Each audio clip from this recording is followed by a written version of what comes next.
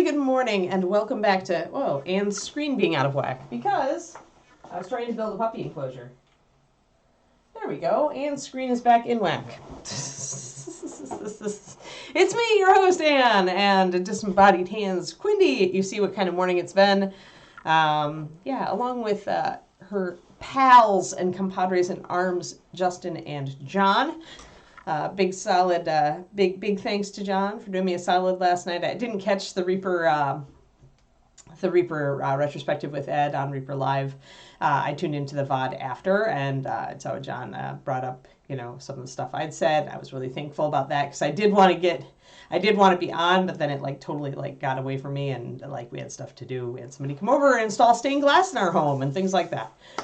So yeah, Friday is trying to pull a Monday for sure. Yeah, I'm trying to figure out if I can puppy-proof the office here so that if I can have a Keekster in here with me next week during the morning streams. We shall see.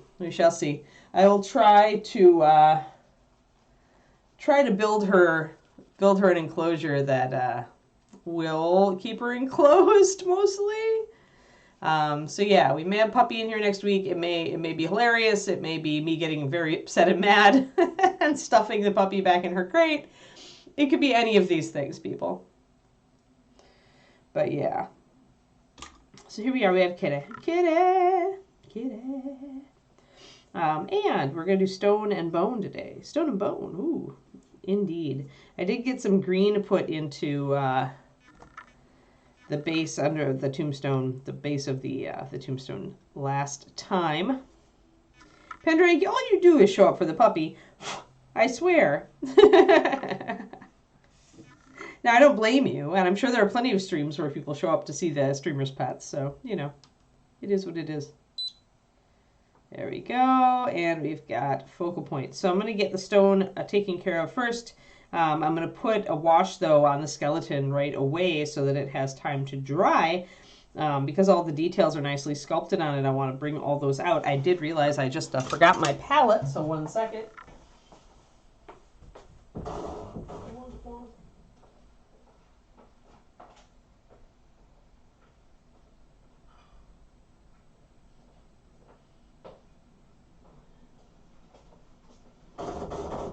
Bonk, bonk, bonk, bonk, bonk.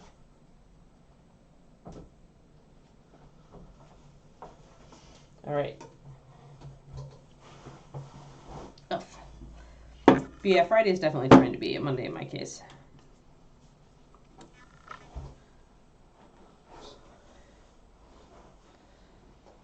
There are always going to be dogs. If you met Kiki, she would run away from you. That's where Kiki is right now with strangers. She's just I just want to play ping pong. So she'll the minute you leaned over to say hi to her, she would run away. And then the minute you stood up and turned away from her, she would run back and try to sniff you. And so she's not really shy, but it's this phase she's going through.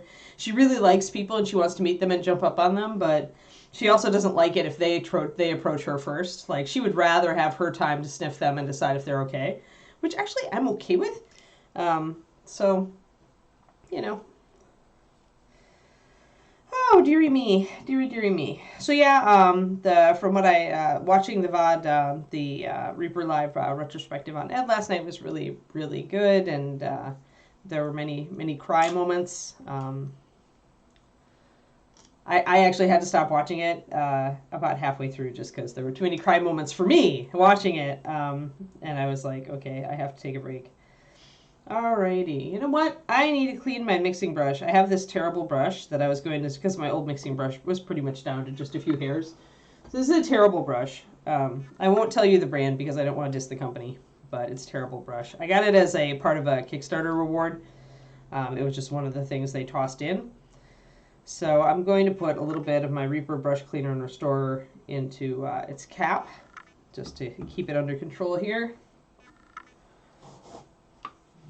It smells a lot, so, and I just, of course, leaked it onto my desktop, so now I will wipe it up. But this is where it's nice to have a glass desktop, where it's easy to wipe things up. Oof, fumes. Okay. And then we're going to dip in. This is what I do with this stuff. It's in there. I'm going to dip my brush in up to the ferrule. Make sure that it is saturated. And then I'm going to come over to my ceramic well. And I'm going to put my brush in it, and I'm going to roll it back and forth. Very gently. And what this will do is it will start to work that dried paint out of that lower section of the brush and out of the ferrule. And if you look closely, you can see that it's starting to get dirty there. And I'm just going to be patient with it. I'm going to get myself a paper towel or a Kleenex or something to kind of wipe it off on.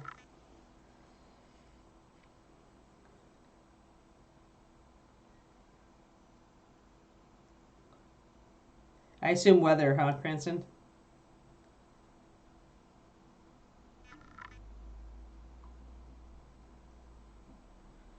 Oh. So look at how much gunk is coming out of this now. So, and when I put it on, I'm going to use a Kleenex. So a paper towel's a little bit better. When I put it on here, look at all that gook. Look at all that gook that was in that brush. Wow. So I'll keep using the gook that I've got, even though it's dirty gook. Yeah, like this is all the dried paint that was in this brush. Keep using it until I've used it all. Then I'm going to dip my brush back into my cap, which still has a bunch of it in there. Go back here and start the process. Though I don't think it's going to take very many. Put my cap back on and get it out of here. There. And it's going to just start taking, essentially, it'll be cleaner and cleaner. Since this is a mixing brush, I don't, care that much about it because it is a terrible brush.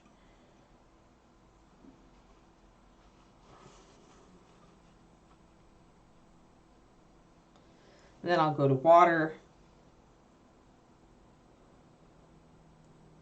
And that'll have mostly, I could have, if this was a good brush, I would spend more time on it. But, so, okay, I want to show you guys something. This is the mark of a brush that is really just not made very well. So, this brush has bristles that look like they've actually been trimmed to make this shape. So, like, if you look at a normal brush, all the hairs actually go out to the tip, giving it a good shape. But the hairs here have clearly been cut and trimmed to make the brush this shape. Look at that unevenness right there. See it? So essentially this means that the brush is useless as far as having a good point. Whereas this brush, as you see, flawlessly keeps a good point and effortlessly. Both are Kolinsky Sable. One of them has just not been shaped in a way that is meaningful or that works. So again, I'm not going to diss this company, but if I were this company, I would severely rethink who they're getting their brushes from, because yeah, no quality. Like just bad. Like just undermines the purpose of a good brush. There. So I'm going to wipe that out of there. There.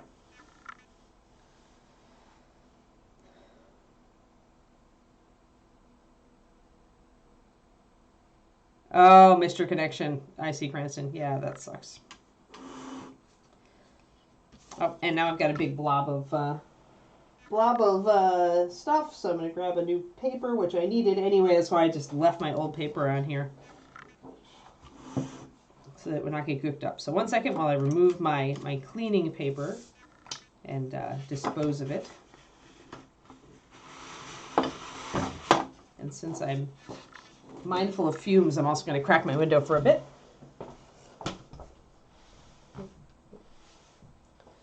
I have a flannel on. It'll be fine. Get some fresh air in here. All right. It's not Reaper. I am not saying for politeness sake, Shadow Raven.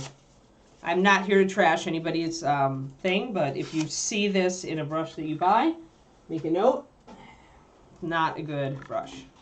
Don't care if it's Kolinsky. At that point, the benefit of being Kolinsky has been completely destroyed. because you've massacred the hairs. So, like, I don't know who the heck decided that was a good idea.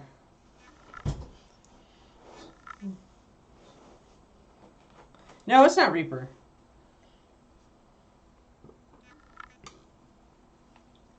Like I said, it was a brush I pretty much got for free with a Kickstarter fulfillment, so... And I always try to, like, just give these things a chance.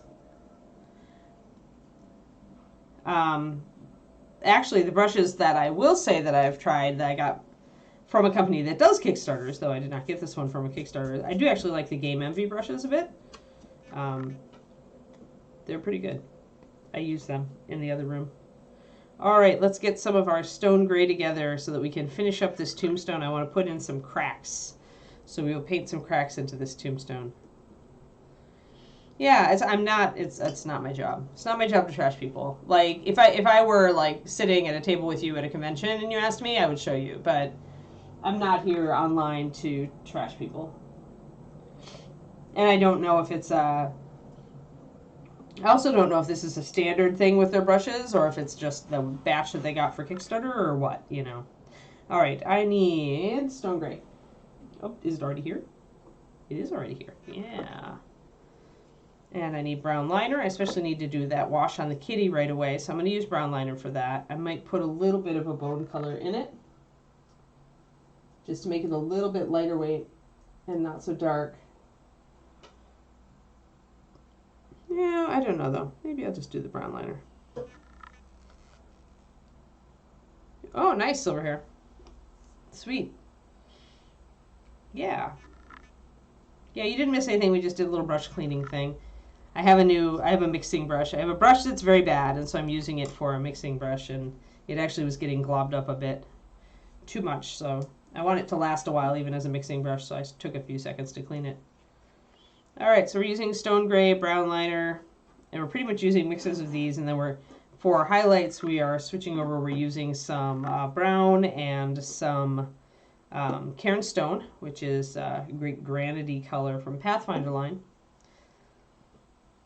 I will be doing a thing on my favorite Pathfinder paints for my Patreon. I'm just finishing up my $2 content today, and then I'll start on the $5 Color Workshop PDF and talk about some of the Pathfinder paints I really like and use a lot.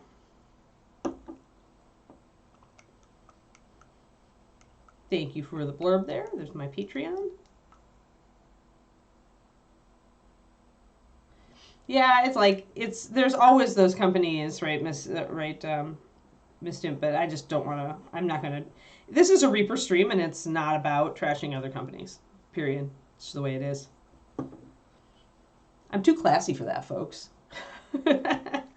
You want trash talk, you can go to a lot of other Twitch streamers. They will be so happy to give you some salt with your miniatures, but not me. How Arrow is. Apparently airports are just what it's Doom. Cranston was just saying he had a bad airport experience. All right, so we're doing 2-to-1 stone gray brown liner for some shadows. I'm going to do a straight up brown liner for my wash. Let's just get that done. So 1 drop of brown liner, 4 drops of brush on sealer. Be sure to shake well. Shoveling. I really like hanging out in airports. Like, I'm that weird person who gets there like 2 hours before their flight just so I can sit around. Because I just love how nobody can require me to do anything in an airport.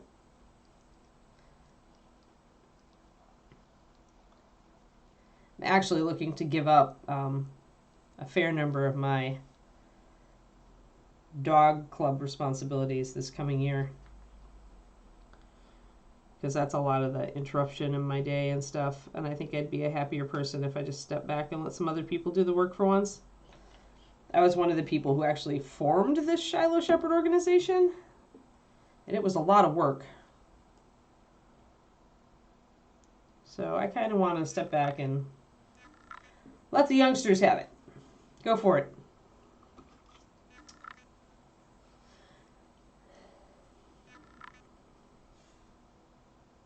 Okay. Yeah, Oh, that's bad, Shadow Raven. Sorry for the cancellation.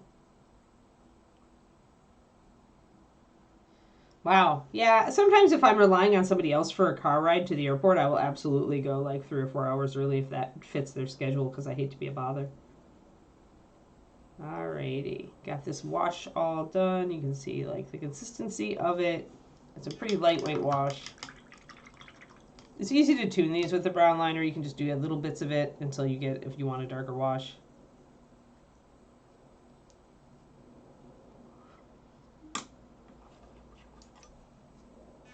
All right, and we do want to use a bigger brush to apply. I'm going to use the Reaper Zero. The point with the wash really is to get it all over the place pretty quick, and then to move on. So we'll just get this on, and we are going to really put a bunch of it on. We want it to pool. If you're brushing your wash lightly over the surface, you are doing it wrong.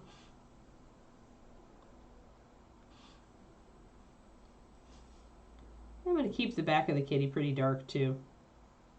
Suggest that the light is coming from the front. And when I had decided to do that, that was pretty much why I didn't mind putting the kitty in place, because it's hard to reach the back of the kitty. We'd be able to highlight a couple bones that are sticking out, but we're not going to do a whole lot. Kitties, good, there. Okay.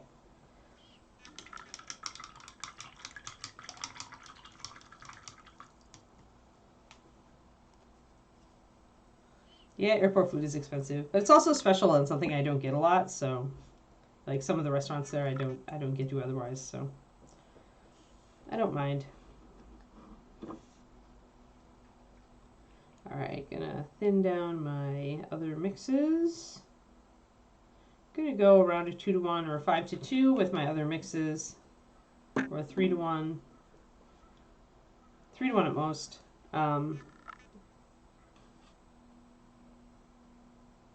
One second, gotta touch up Kitty's. Kitty had a couple of chip offs. The things that are going to chip off on this kitty are his ears and his fingertips, because they're sticking out and they're likely to be impacted but anytime you pick him up. So be aware of that and keep an eye out for it. You can put extra brush on sealer. Brush on sealer is good for this. You can put a brush on sealer over the points you know are going to get rub off or are high risk for it.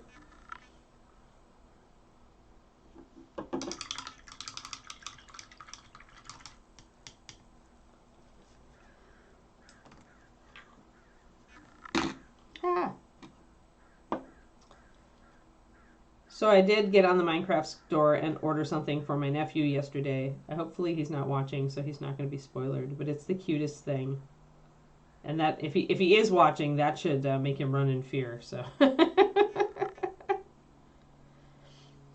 I'll show it for just a tiny second. Hold on, let's see. Can I find it?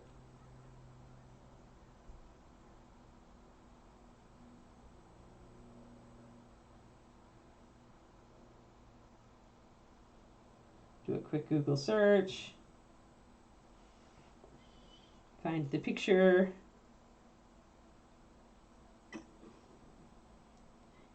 Eek! It's a potion bottle LED light shaped like a Minecraft potion. So it's a little tiny desk lamp, and it changes colors to all the different potion colors in Minecraft. And it was too awesome. It was too awesome to not buy.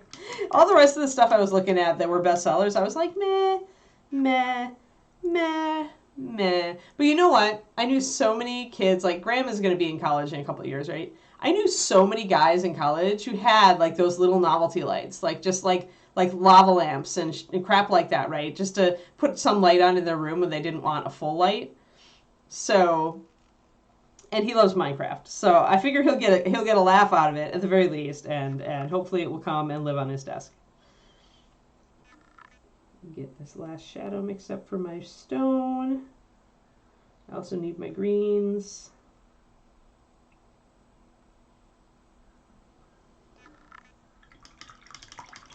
Yeah, it is pretty awesome. I'm glad you guys think so too. I am the gaming aunt, so I need to, you know, keep with the program. Make sure that I'm the cool relative who acknowledges what Graham really likes to do. And he plays a lot of Minecraft. Like the last couple times I've asked him what he's playing, he's just looked mildly embarrassed and said, just Minecraft. And I'm like, oh, okay. Which is not a game that I've ever played, but...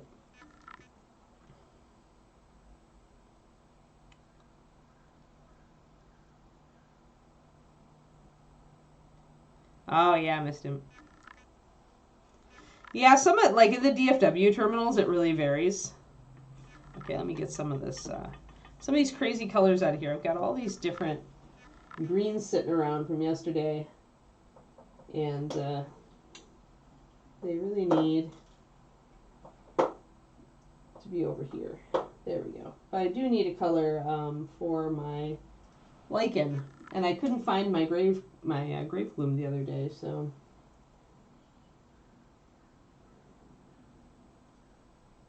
I think I was using leaf bud. I use leaf bud and a little bit of jungle moss. It doesn't really matter.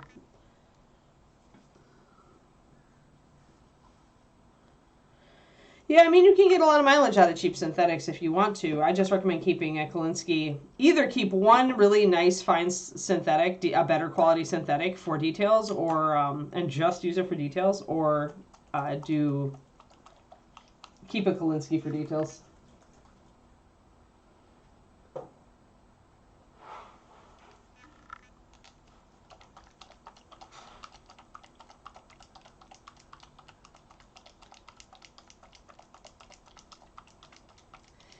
Well, good, Quindy, good.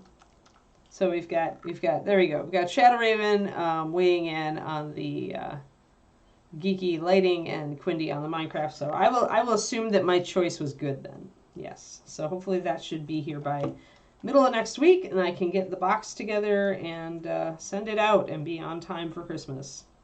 So I'm going to mix some jungle moss with my leaf bud green and get a moss color, you know,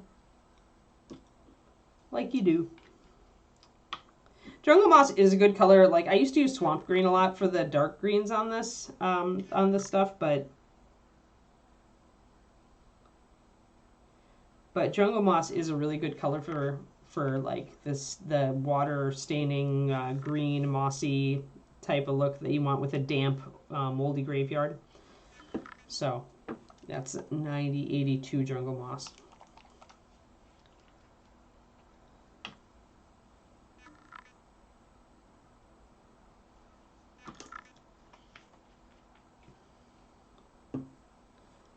So leaf bud is a nice muted green, but I'll mute it just a little bit by using some jungle moss and putting it in there.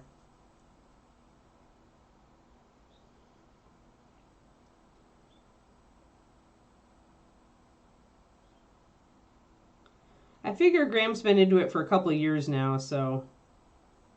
And he's the type who sticks to games he likes, so I think we're okay. I think I'll be okay with that.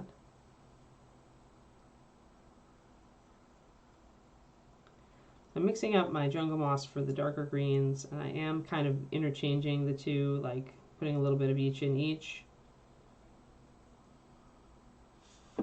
The leaf bud green is easily tinted, so I'm going to make sure I don't get too dark with it. I want it to be a highlight. I never got into Minecraft because it's not a pretty game, because it's the pixels. I've never been into the pixel art stuff. Although I'm continually amazed at the stuff that people do with Minecraft, like the things they build. I think my favorite was like the Rivendell one from Lord of the Rings, from Fellowship of the Ring. The person who built, or person or team who built the Rivendell out of Minecraft was insanely good. So yeah, I appreciate the artistic, like the intricacy that you can do in like doing those big builds like Lego. It's like virtual Lego. But yeah. Oh no, I'm crooked. I'm crooked. All right, so I've got some nice greens now, some nice organic greens. We've got a wash on our kitty. which is mostly dried at this point, actually. Kitty is kind of ninja-ing now, not very visible. We'll get our greens on, and I want some more brown liner because I want to do cracks on the tombstone. Now I think I've got everything I need to get all this going on. The start of my paint sessions are always a little slow because it's always like mixing up what I need, thinking about, realizing I need something else, mixing it up, finally being ready. Oh yeah, I could see that silver hair. That would be great.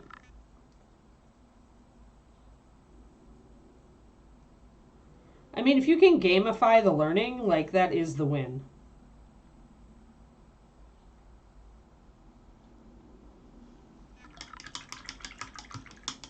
And then I want just a little bit of stone gray with cairnstone.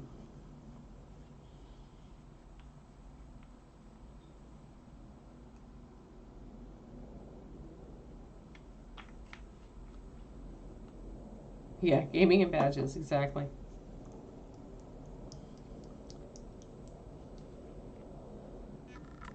Hey, however, like, it's got to be more effective than standardized testing. That's all I gotta say. So, win.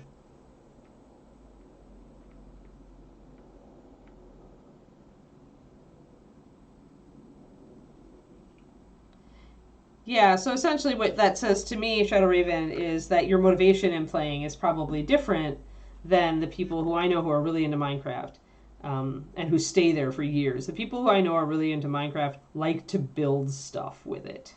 They're not really into it for the combat or any of that. They like the challenge of constructing things.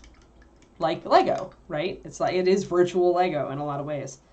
So, like, that challenge is what draws, I find, what draws the long-term player back. Yeah, yeah, with all the mods and everything. Yep, yep. Yeah.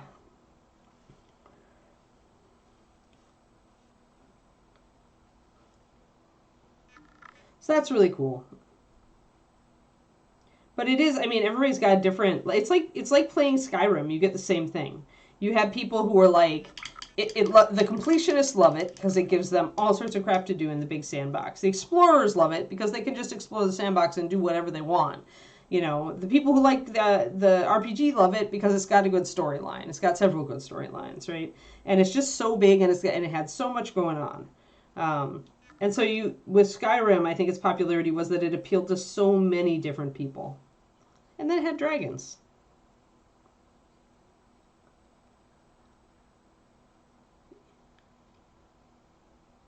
Yeah, for sure, Silverhair. I bet they loved you. Oh, neat, Agent Marvel. Yeah, yeah. See, you love Minecraft and Skyrim. Yep. See, they are closer than you'd think for some.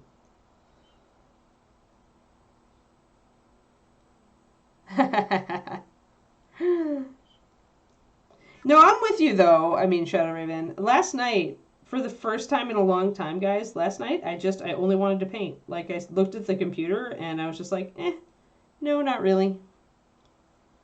Because you do, right? You get bored. And for me, it's always been like, if I'm really like stressed out, then I game because I need a stress reliever, and it's good at that. It's good at taking me away from the stuff that I would otherwise worry about. So I utilize gaming for that. But if I'm not stressed and I'm like doing pretty well and I've got energy, then I really just want to paint because it gives me something at the end of the night to look at. You know, it's something real. It's something I can touch. So I'm making some cracks. They're pretty subtle. Let's see if we can get down here. There we go. So you can see. So I just free-handed some cracks on here. It's just wiggly lines, and you kind of join them together and split them apart. I'm kind of following kind of you can see where there's some depressions in the stone here. So I'm kind of following that. I do want a crack over here.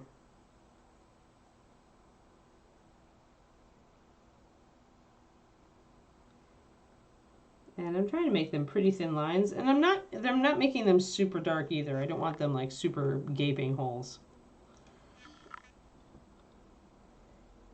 But yeah, the thing that actually broke my WoW addiction was the realization coming to my brain that when I was like doing all this work and putting in all these hours, and although it was fun and I loved playing in a team with all my friends because we were raiding, I had nothing physical to show for it at the end. Whereas if I spend my time writing or painting or doing whatever or knitting, which I'm slowly now making time for again now that the puppy is older, then I've got something that I can hold in my hands afterwards, which isn't important to some people. It is important to me. So, yeah. Yep. Yeah, Quindy, for sure. Yeah, that's where computer games do shine for me. If I need a stress reliever, if my normal life is just if I've got a lot of pressure on me, I react pretty extremely to the pressure of stress. And I do just at that point I need something to take me away from it. And definitely gaming fills that role for me, and I'm happy that I have that. But I don't think I'll ever be addicted the way I was back with WoW when it first came out, because I'm just like I'm kind of immunized to it now. Like I know its weakness for me. So what we do is we take a little bit of a light paint. I'm using stone gray to straight up here, that one. And I'm just putting a lighter stripe right under my darker stripe.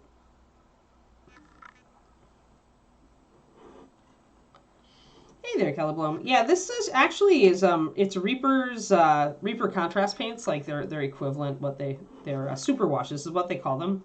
So the purple and the teal were both started with the super washes, and then I came in with some regular paint highlights and stuff.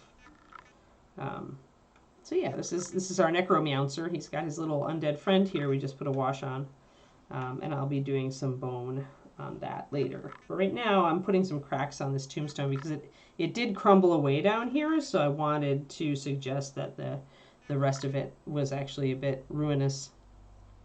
It's a teal. Your monitor is probably different than mine, but I mixed a blue and a green together for it, and it's so it is a teal. It's definitely got a lot of blue in it.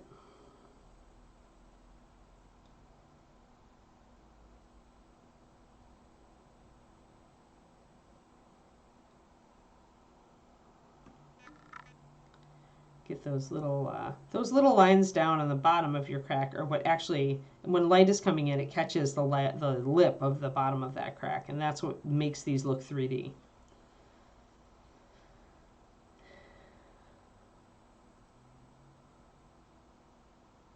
Yeah. Yeah, that's true, Quindy. That's a good.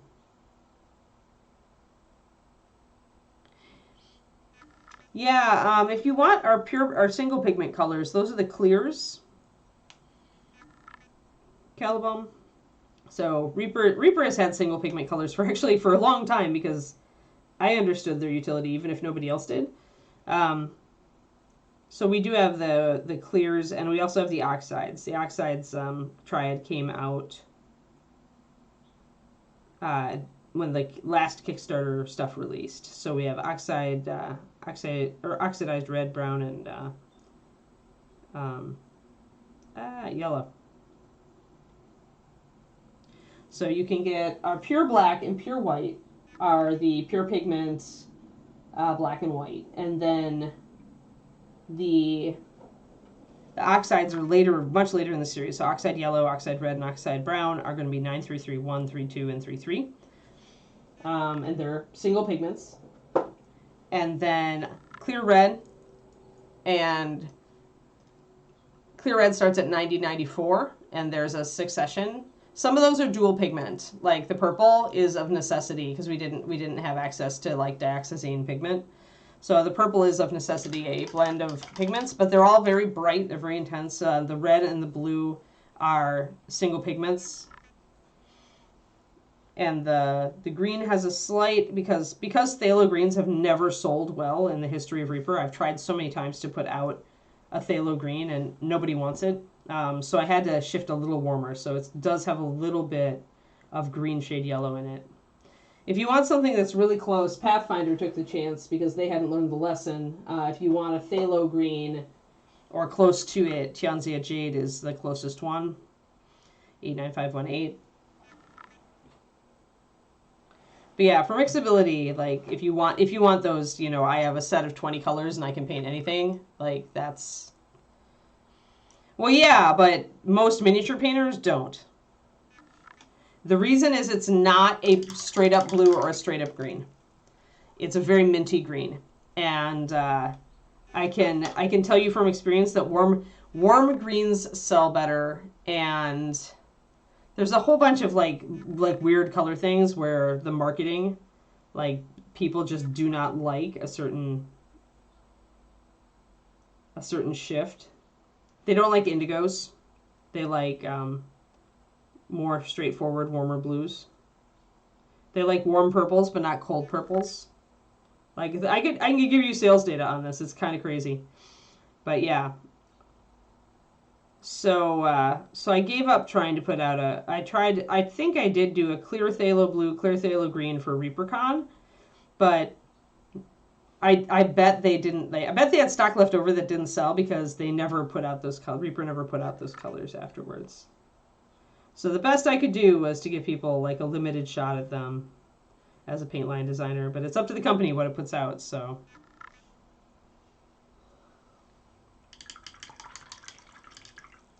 Big Chimpo, many, depending on the company, we use industrial pigments because they have better light fastness.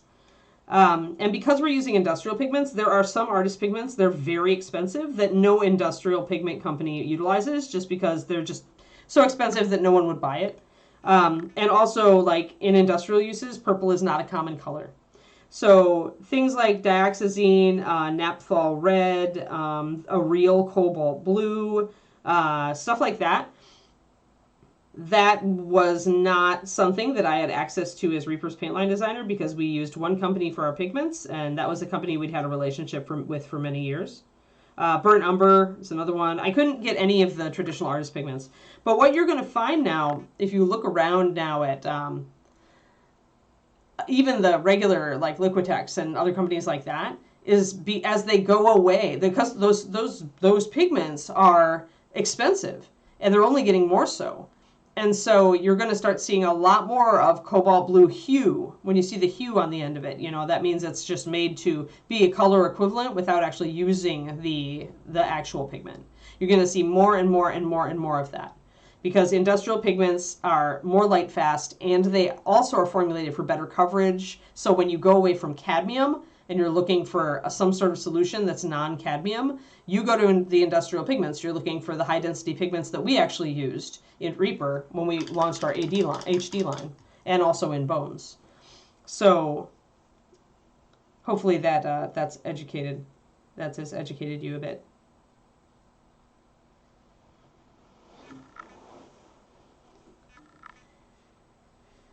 Yeah, mostly it was just that, and the industrial line, and I liked this. I liked that we had good light fastness in our pigments. Not that people normally leave their minis out in the sun, but if you have your miniatures case in a room that gets a lot of direct and indirect sunlight, you absolutely can see bleaching over time if you don't have a good paint with good light fastness. So some of those pigments are just real fugitive, and others are just too expensive. So that is the why. So that's one of the reasons, actually, that I went and invested in the Scale Color Artist line, because they did have access, being an art company or working with an art company for their paints. They had access to, the artist pigments that were still available, although I think their cobalt blue is still not cobalt. Radioactive pigments are out. So is lead. So is cadmium, But I have all my Scale Color in the other room, but they did have access to things like naphthol red and dioxazine purple and pigments that I otherwise didn't have access to. Although, again, like the umbers are right out. If you look at any modern paint that's a burnt umber or a raw umber, you're going to see that it's made with a standard brown oxide pigment. It's no longer made with umber. It's just, or it's no longer made with the original umber.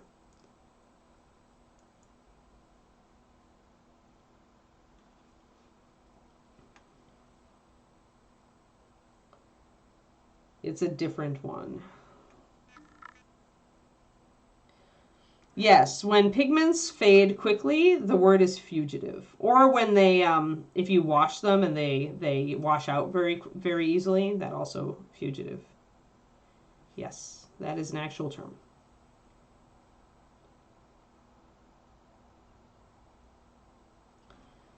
But yeah, there's a lot of like old artist colors that are no longer like a thing. And now the current state of the industrial pigments and science, color science, you know, surfaces technology is such that you can get an equivalent that isn't poisonous, toxic, or super expensive for these colors. Like it's been done. So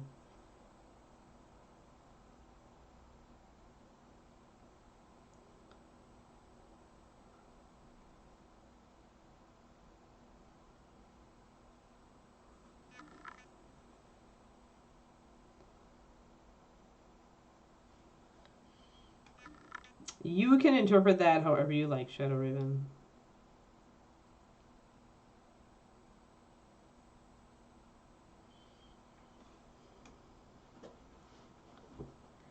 So now we have like our cracks. Got nice cracks. And now I'm gonna actually add to a bit of this. Because if you've got these blank tombstones. So the first thing I did was to put a bunch of moss on it. I'm going to put more moss on it as well, but I'm also going to do like, this surface has some dips in it. You can see it's not totally flat. I'm going to actually double down on those. I'm going to grab some of the brown wash that I used on Kitty, and I'm going to start making just kind of little pockets. I'm going to put that wash, just paint it in.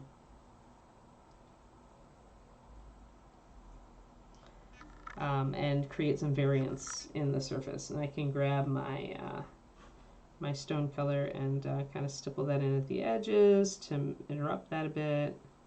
Stippling is a good technique also for stone if you're just trying to make it look a little irregular. If I want to break in some of that area. If I want to suggest that there's some parts that are picking up more light, like underneath this hollow, there's a place there that picks up more light.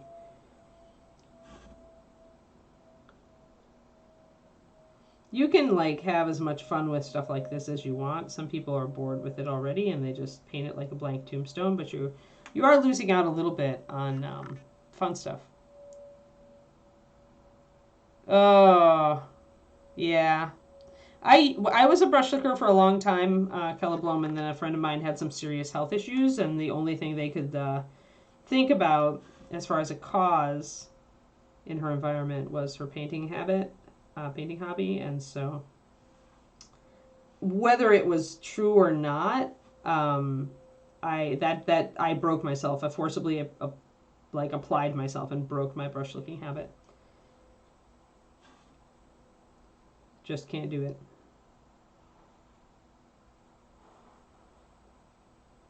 I was unwilling to take the risk.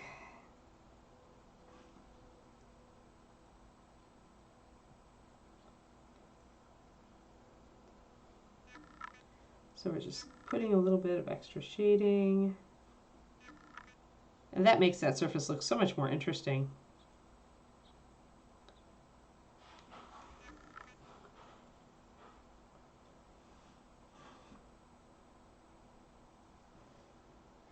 But yeah, it's your own choice if you're going to brush lick or not. Just be aware that it can be dangerous. Like even paints that are non-toxic are not food safe. I say this a lot, but it's true, guys. Non-toxic does not mean food safe. And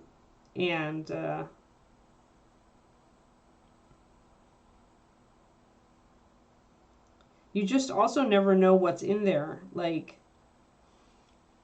I remember a friend doing a spectral analysis on some paints and coming back with essentially some really nasty contaminants in some of them, like mercury.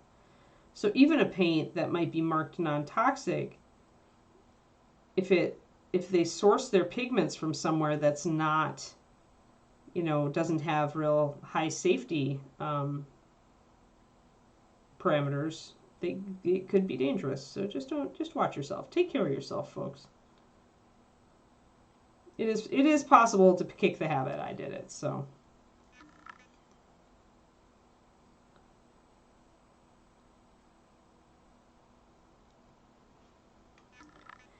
Yeah. When I was in college, they didn't even bother telling us that the pigments were nasty. So doing a little bit of wet blending up here with these two colors, just letting them kind of randomly mix together to get some more interesting effects.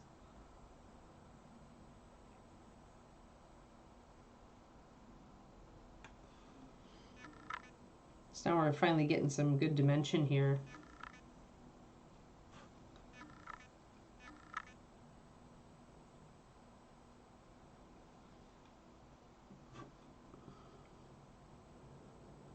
But yeah, I went Reaper goes as non-toxic as it can because we know there are lots of kids getting into the hobby, and we want to keep it as safe as we can. But again, it's not food grade, so if you put it in your body, you run a risk.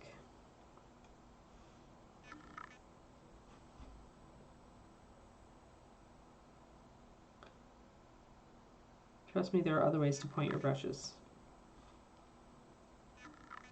So now we're getting some really nice texture all on the front of this. Now that the tombstone is dressed up, our stonework looks great. I'm going to put in some more.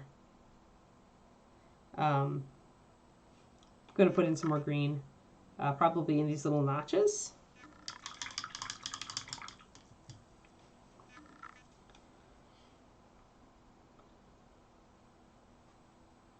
Yeah, sometimes you get in a habit and it takes something big to break it up. I have always been very kind of I've been very scared of death, so I'm paranoid about stuff like that. Like if I find out that something is like nasty, I tend to remember it, and that's enough for me to actually derail a lot of my adult habits, which otherwise, adult behavioral change can be very difficult. But if something scares me enough, yeah, I'm pretty much on it. So adding a little bit of green to some of these areas with I'm going to stipple in a tiny bit on the edges here to bring it up.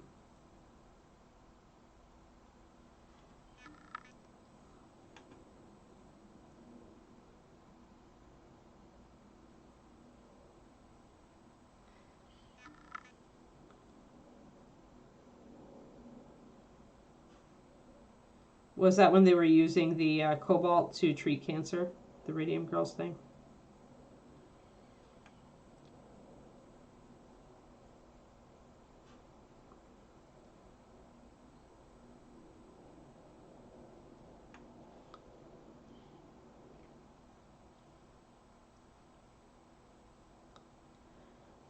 Arrow it's not that unusual especially if you paint canvas, if you went into canvas painting because you really wanted to produce works of art and you hoped to make a living at it, then it doesn't surprise me at all because it's much easier to make a living in the miniatures industry than it is in traditional art.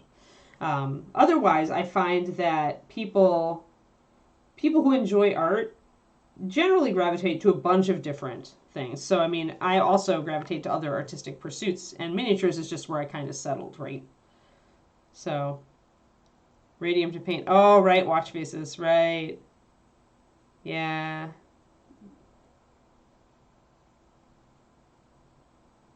Yep.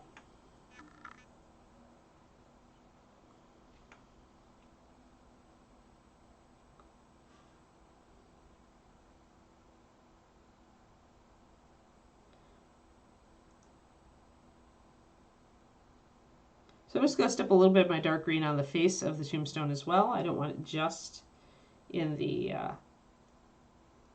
hollows. I want to bring it out. I'm going to thin my bright green a little bit though because it's a little bit too strong.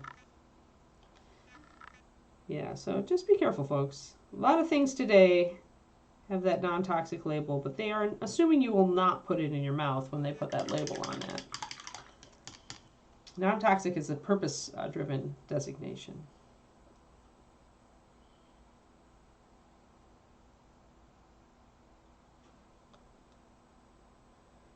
But yeah, not to dwell on it, but Just be careful.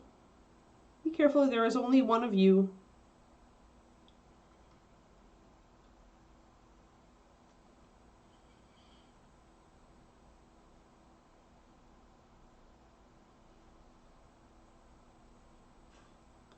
And a little bit more. I don't want to bring the green up a lot here. I just want little touches.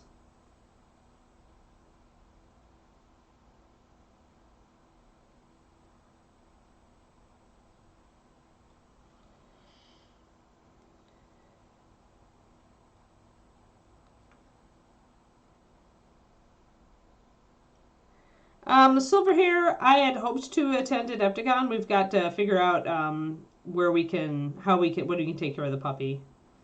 I need to contact some places and see how we can find a place for her or some people.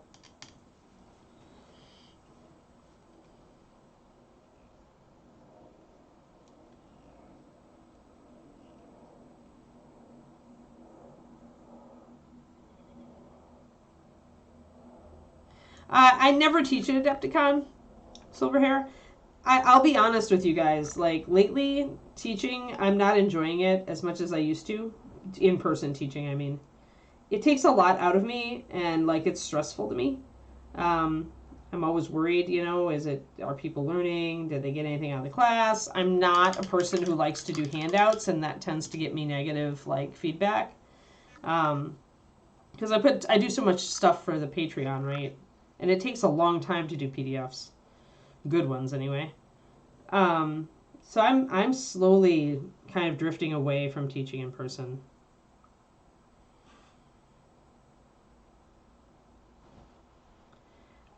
Kind of, I've got this little thing going on in my life where I'm trying to eliminate sources of stress, because for a very long time I lived with a lot of stress, and it wrecked my health for a while. So now I'm pretty sensitive to it, and I want to avoid it. So it is what it is.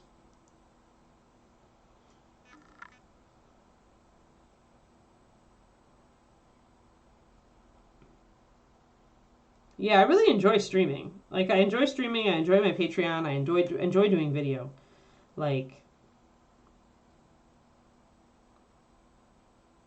I mean, that's mostly why I ask, like, people who join my Patreon, I'm like, hey, you know, what do you need? What do you need, right? And if they give me a topic, I'm like, oh, heck yeah, you know, I can do that. Because I always love suggestions. So if you're looking specifically for a topic to take a live class because you want to ask a specific question, the best way to do that is to actually utilize my Patreon. Either send me a message or ask on the Discord and tag me. And if it's like something I think I could demo, I mean, I'll do it. It's not a big deal. After over 3 years of like doing the Patreon, it's definitely, I'm thankful for any suggestions I get. But yeah, I taught at our local con, Kubla, and I historically teach at ReaperCon in person. But yeah, again, I'm kind of like gliding further and farther away from it. I may like do one class. The problem with me teaching at ReaperCon is like I do 2 classes and I only can help like 20 people. Like, part of me really wants to help more people than that. Like, that's also why I don't enjoy one-on-one coaching. Like, it's cool and all, but I'm helping one person. I could help 100 people, right? I could help 200.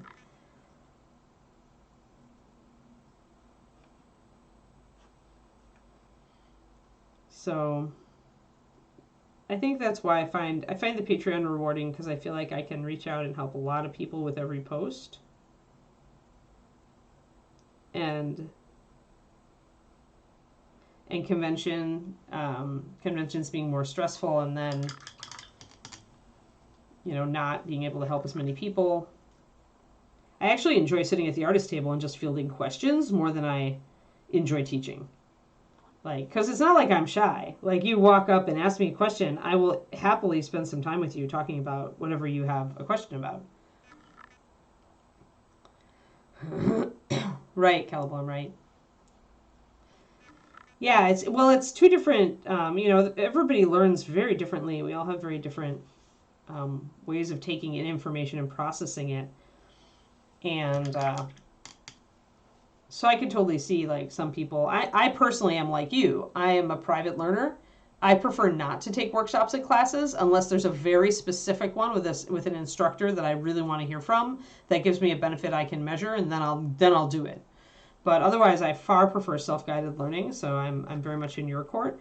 But there are people all around me, obviously, of my students and others and people who've taken my classes who are just the opposite. They have a hard time motivating without like the in-person experience, and the in-person experience energizes them and it gets them excited and enthusiastic. So I get that too. It's just not the way I'm wired. I get excited just by going to a convention, usually, about my hobby.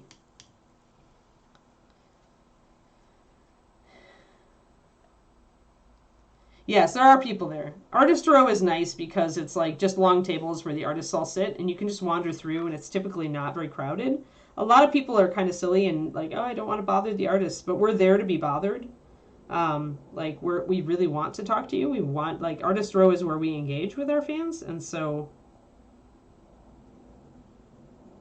if you do come to ReaperCon, which is like I think one of the absolute best hobby cons, if not the best hobby con, as far as just focusing on the painting and the sculpting and the teaching, then be aware that you are among friends and it is not like a huge con.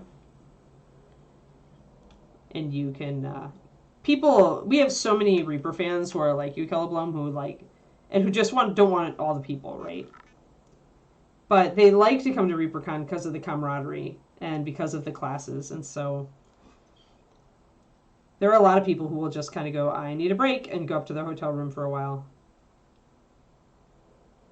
So many of us are introverts. So it's all cool. But yeah, I understand if you wouldn't want to come to the con.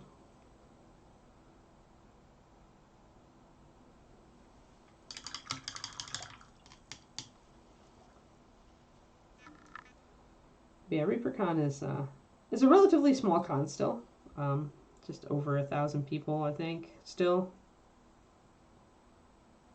We'll see how the numbers go now that we're out of the pandemic, and we were growing pretty steadily before COVID hit. So just doing a little bit more texture work here and get my cracks all nice. Yes. Yeah, I get it. Yeah, Twitch is definitely easier in that case. You're right. I mean, I knew that I was like kind of stressing out a lot over in-person classes, so I wasn't sure how I would feel doing Twitch. Like, cause I like you, like too many people, too long, my brain starts to fry, and I just like can't do it anymore. Especially if it's something where I'm in a position of being in charge of anything, right? Which for ReaperCon, I helped build it. So for the years I was working full time at Reaper, I was in charge of stuff. So that added to the stress. But now that I can just come down and just be kind of a Reaper personality on the ground, it's a little easier for me. And I ended up really enjoying streaming and YouTube more than I thought I would. And the Patreon. There we go. We got a pretty nice tombstone there.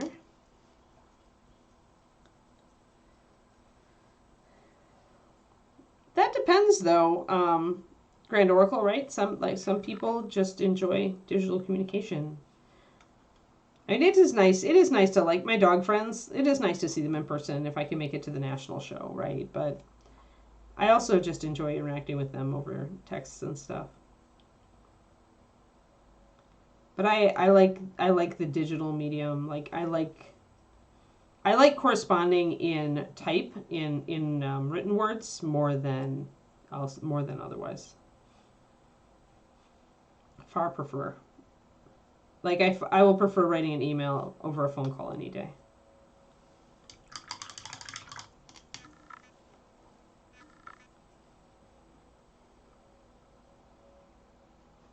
All right, so we have a very dark back of the tombstone, and we're keeping things a little darker back here. So I'm gonna just do some stippling. I'll do some green. I may do one big crack. I'm not gonna spend too much time on the back side of the diorama though.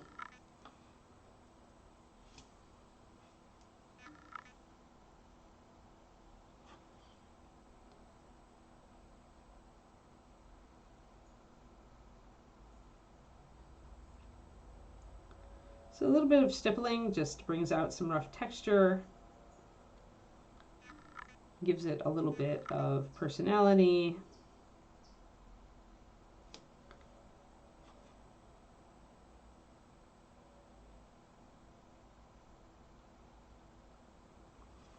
I want to do more green down here on the bottom.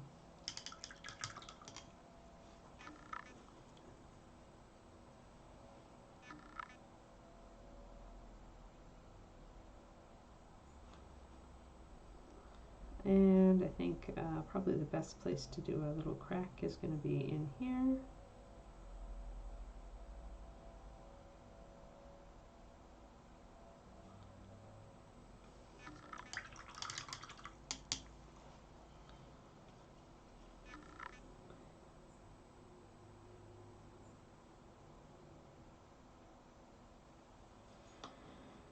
But yeah, we'll see how it goes this year. Like I need to just put in the time to find to figure out a solution for Kiki so that we can start planning out of town stuff again.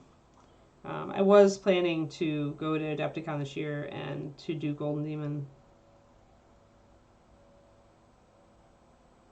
Although it'll whether I have an entry ready is the question, right?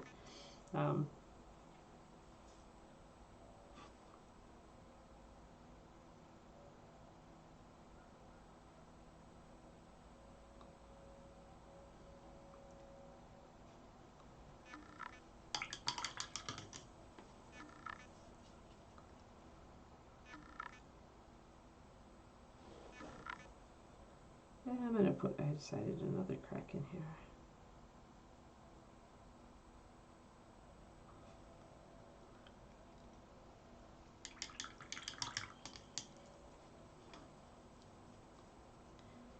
Yeah, I'm debating between like a board and train and having somebody watch Keeks in the house. Like getting a house sitter who also takes care of your dog.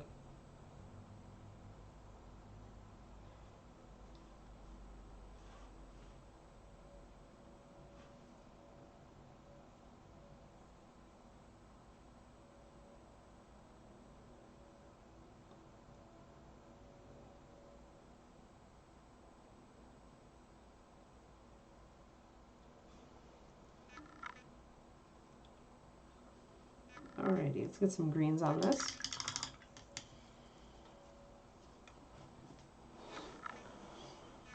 But yeah, now we have the dog. We can't just plan a bunch of stuff, and I need to. We also have our honeymoon, which we put off by a year just so that Kiki would be older. So we have our honeymoon next year in October, and that means I need to have a Kiki solution. Like that is the absolute latest that I can push it.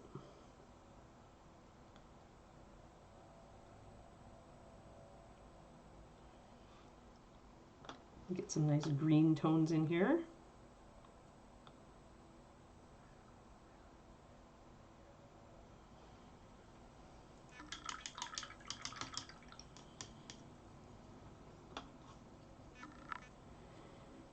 Yeah, and David made it without me this last year.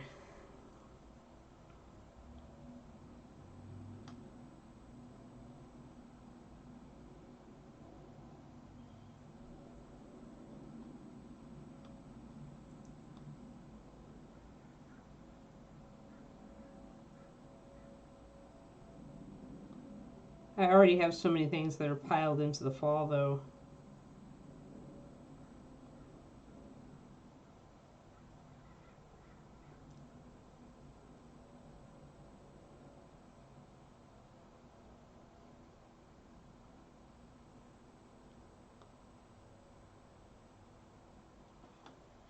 It's always been the case that my National Dog Show happens around the same time as ReaperCon. And now we've got our honeymoon happening around the same time as that. So we'll see how it all goes. But at least with ReaperCon, I'd like to bring Kiki, since the hotel is dog friendly. And hopefully by that point she'll be trained to like lie on her mat and be a good girl.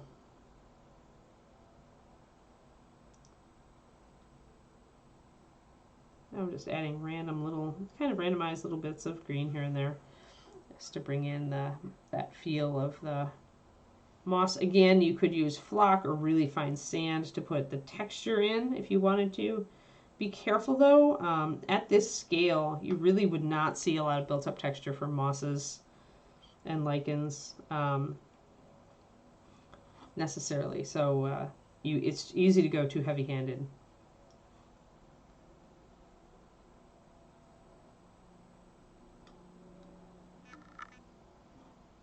All right.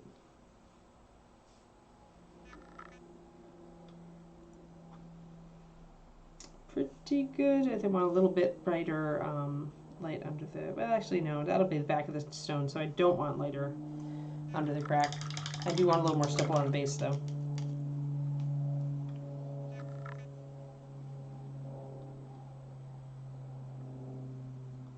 But yeah, mostly I just need to figure out what my plan is for the doglet, and then I can start making real plans.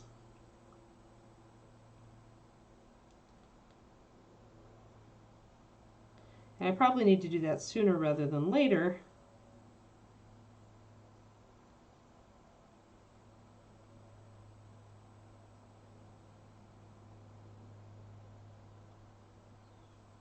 Since it's getting to the end of the year and Adepticon is, you know, just 4 months away-ish, right?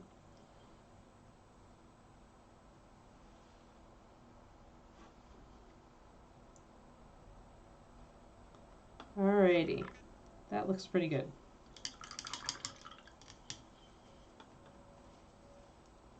So we've dressed up our tombstone and given it all sorts of cracks that it doesn't naturally have, which is great. I do want a little bit more dark.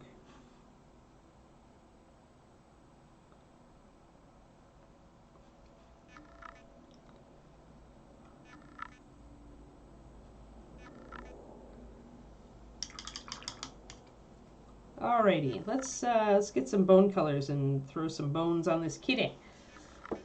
Okay. I think I want some desert sand, and I have my creamy ivory went to the other room. I think I've got polished bone though. Yeah, I do. Okay. So we've got a little warmer color, desert sand, and then we've got a cooler color, polished bone. I'll do a little bit of both. I'll do the desert sand first, and then I'll bring up the desert sand with the polished bone. So a little more brown, a little more gray.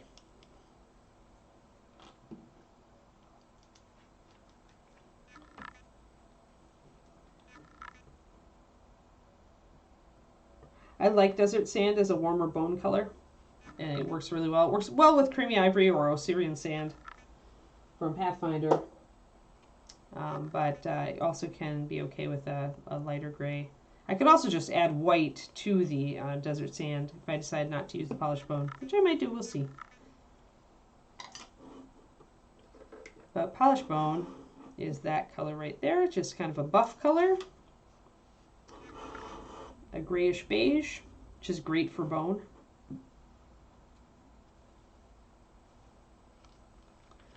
And I'm going to thin it about 2 to 1 for my first layer.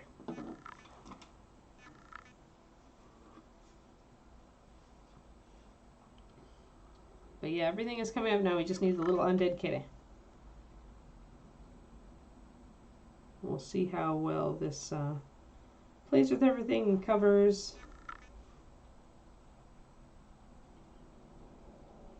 I'm going to take a little bit of this too and mix it with some brown liner to make a darker gray.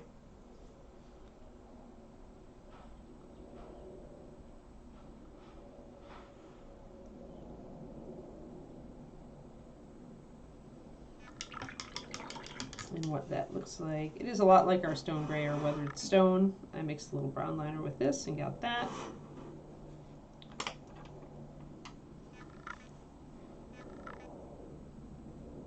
Mostly I'm going to be concentrating on the tops of the bones. I like having kind of a dirtier, grayer bone. That's just my personal preference. I've always liked bones that were darker, like they'd just been unearthed.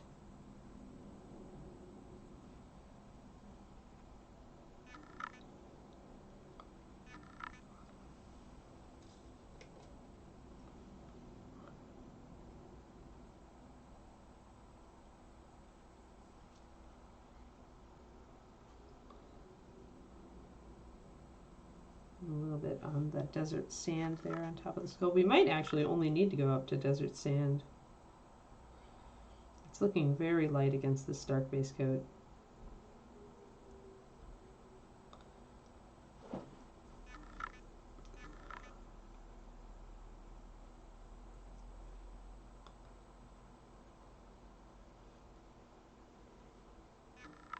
We do need to get Kitty's mouth filled in here. There we go.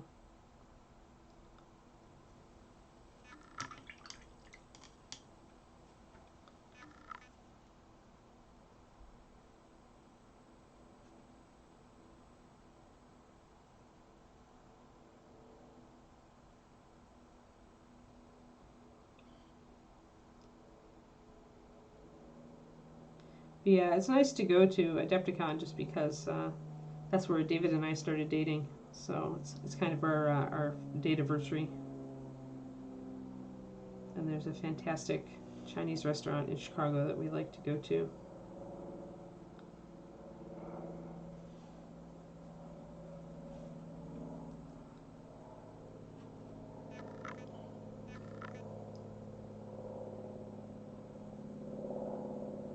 Just kind of hit those little tops of the vertebrae.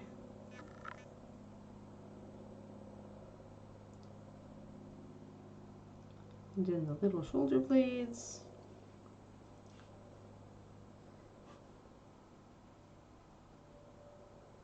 Since Kitty is part of the basing, I don't actually want to do like a super, super high level job on him. I want him to be good.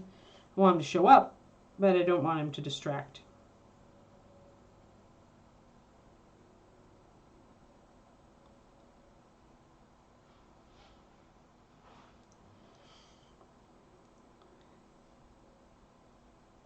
So we might put a little bit of pure white highlight on him. We'll see.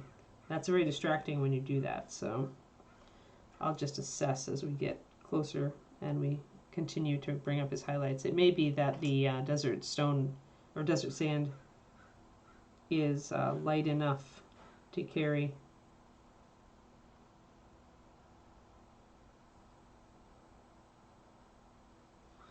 You can take the side of your brush and just brush across the ribs too. They're well sculpted enough. If you get a little bit globbed up, you can always take your brown liner and clarify things.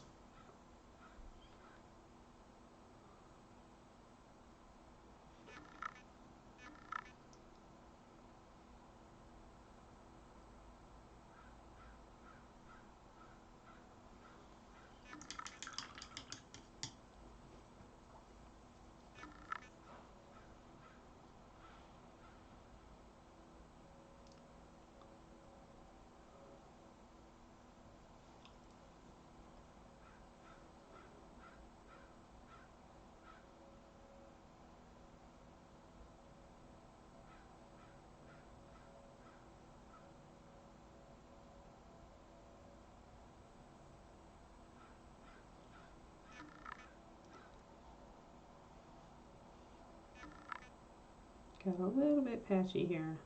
There we go.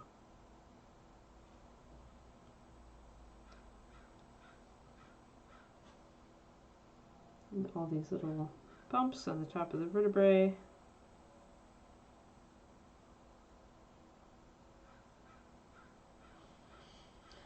There isn't room to texture, you know, the bones or anything on this because it's so small. So it actually is a pretty simple paint if you can hit the fine details.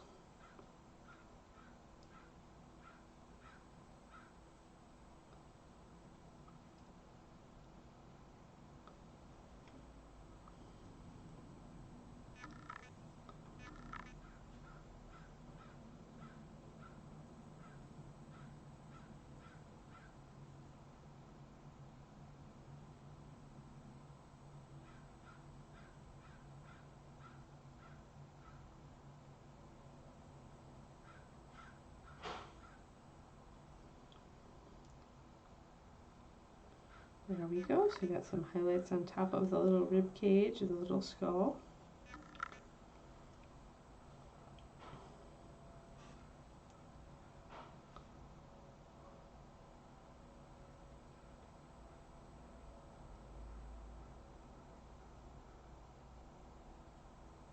Turning the model here so I can get a good angle on these lower back vertebrae. Trying to paint them like this would be very uncomfortable, so always remember to turn the miniature when you need to keep your brush at a comfortable angle for you. You're going to better brush control that way. You're going to build better brush control that way. The more you contort your hand while you're painting, the more you're giving up that opportunity to increase your brush control. Because brush control is muscle memory and it needs repetitive motion.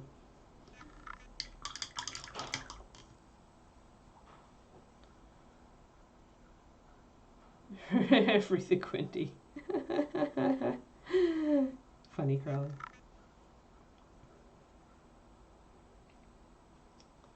so glad I don't have meetings anymore. It's good that you're taking the hit.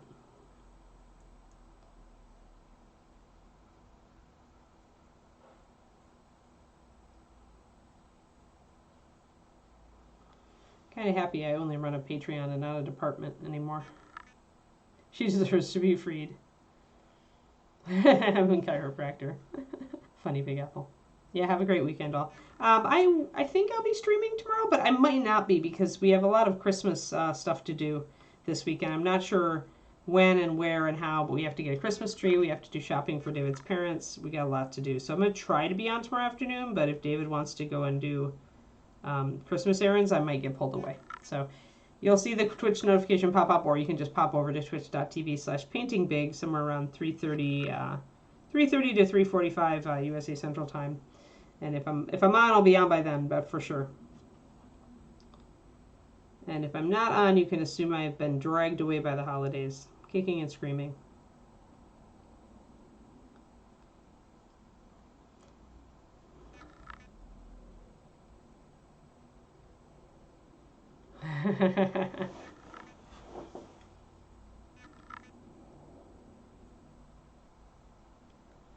I will admit, Trash, I don't know what Whamageddon is.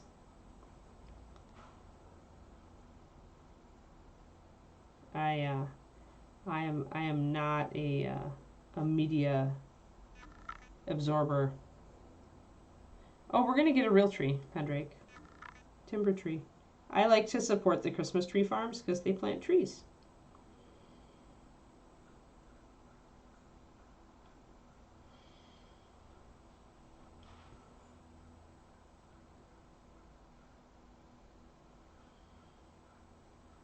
We have an X-Pen boundary to keep the Kiki away from it until she has better manners. Without listening to... Oh, God, I wish. I mean, okay. Like, I like George Michael, and I like Wham, but that song, I can do without. Now you've got it in my head, though. Thanks. Not thanks.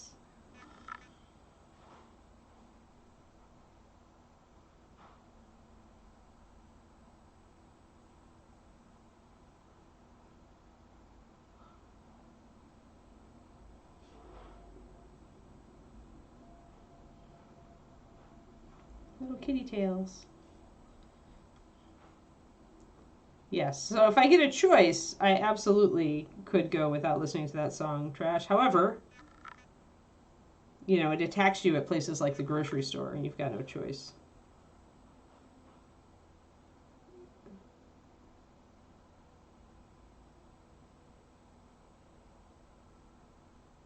I will say that I am somewhat a Christmas traditionalist.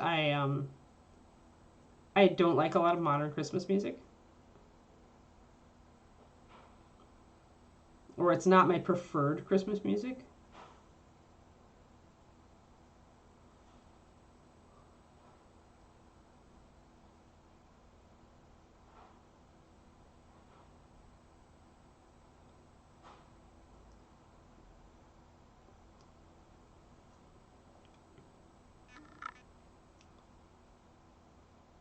There are a couple of exceptions.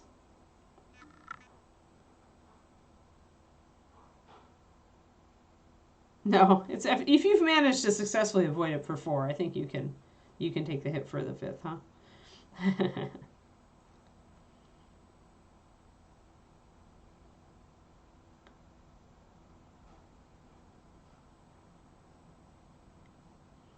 Yeah, my parents cut down my tree. When we were kids, we got spruce trees, my brother and I in school. It was for Arbor Day or something, and my parents planted Pete's in mine. Pete's did not last, but mine actually grew to be a monstrous thing, and they cut it down. They're like, you know what? This just takes up too much room in our backyard.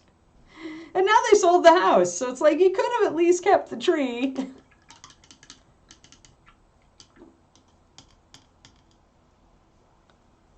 Yeah, I like Trans-Siberian Orchestra and Mannheim Steamroller too. Yeah. Yeah, and I just have a playlist on my phone. I like Enya's Christmas stuff, and I like Lorena McKennett's. So that's like more modern stuff that I like. But in general, I like the oldie moldies. And I tend to like really, really traditional like Mormon tabernacle choir and stuff. Because that's what my dad always played when we were kids. So it's just it makes it feel like Christmas to me to listen to it.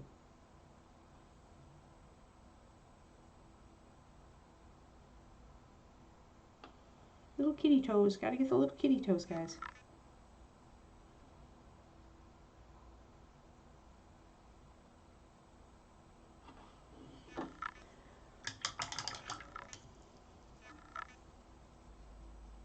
Okay, so favorite Christmas carol, guys. I'm gonna ask it. We have like 3 minutes. Favorite Christmas carol, if you have one. Mine is God Rest Ye Merry Gentlemen.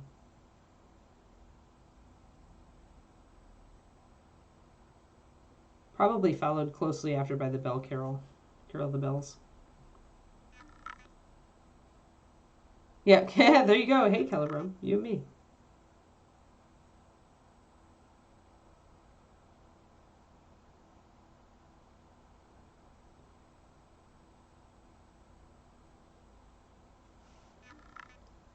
Yeah, a lot of Carol of the Bells fans. All right. Yeah, well, Holy Night's a good one. I like that one because it's like got dignity to it.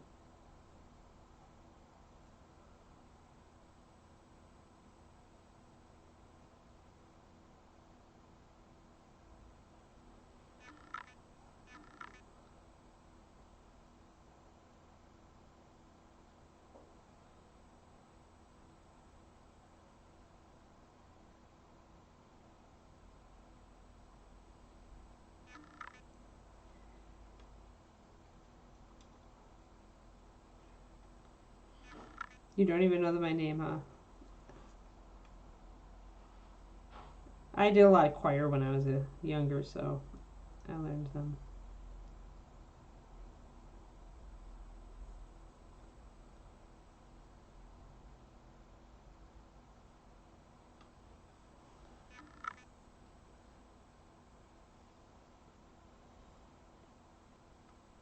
I don't know if I've ever heard that one. The Bing Crosby one. Interesting. And I like Bing. Like White Christmas was my brother and I watch it like twice a year when we were younger. We'd get it up on the screen in July. We'd have our Christmas in July.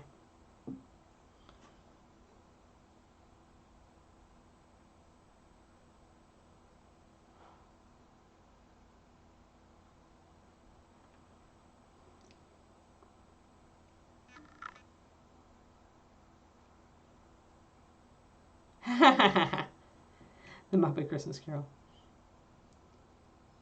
That's fine. Well, yeah, but I mean, then you're pretty much picking the 12 Days of Christmas. If you're picking the Muppet Christmas Carol, you are picking the 12 Days of Christmas, the Muppet version, which is a superior version, by all means. But bum bum. Superior version of that carol. Although the 12 Days of Christmas by Critical Role is also funny. I don't know. I mean, it can if you want it to. If it's something you listen to, Big Apple, when you're, in a holiday mood, then sure.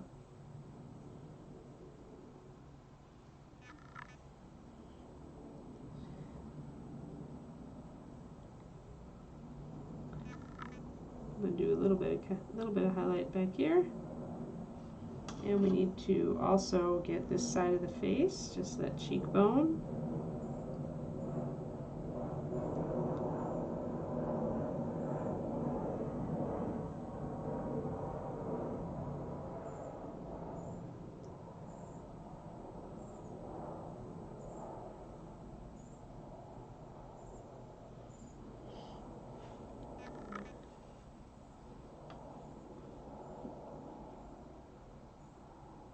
Interesting, silver hair. Yup, we're wrapping it up now, guys. We're wrapping it up. I'm just doing some real quick kitty riblets highlighting. And a little bit of the kitty rear leg highlighting.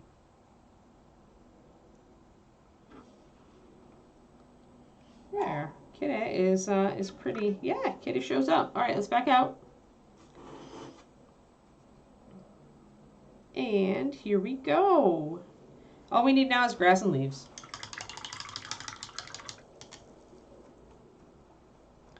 We can see the little kitty on the base when we look. So, yay, yep. Yeah, that's Keekster going. It's after 11. Oh, interesting. That's funny trash. Yes, mine has an E. So yes, here we go. Kitty. And we're good. Yeah. So yeah, I'll put some leaves and some dead grass. We'll probably take a little bit of time to do that next time we run up on Kitty's stream. And I'll have another model. Probably I'll put the Burgermeister guy up after this Kitty. I don't have another Christmas one, and that was the second voted on one for the vote off for what you guys want to see me paint. So. And also, he's already washed and prepped. So yeah, there we go. On Monday, we are back around to everybody's favorite succubus. Probably doing some skin and hair highlights. Thinking about what kind of armor color and stuff like that we want to do on her. This weekend, I'll probably work on Anubis or my vampire dude if I stream. But Anubis is actually, he's moving right along, so if I stream, I'll probably do him. But yeah, thanks everybody, and I hope you all have a great weekend. We're getting close to the holidays. And I will talk to you guys later. Bye-bye.